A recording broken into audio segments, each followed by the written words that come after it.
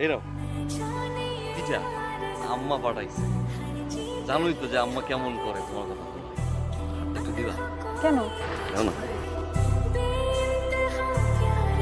আমি যাই। হ্যাঁ, আচ্ছা দাও।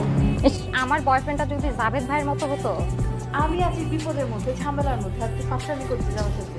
ও মা, তুমি একসাথে 2 নৌকা পা দিচ্ছ আর আমি কিছু বললেই দোষ। আপনি এখানে এসে কি করতেছেন? তোরাই ধরছো কেন? তুমি তুমি তুমি পাল্টাই গেছো। শুনো, আমার না এখন পড়তে বসতে হবে, অনেক পড়া আছে। নুরির সাথে আপনার সম্পর্কটা কি?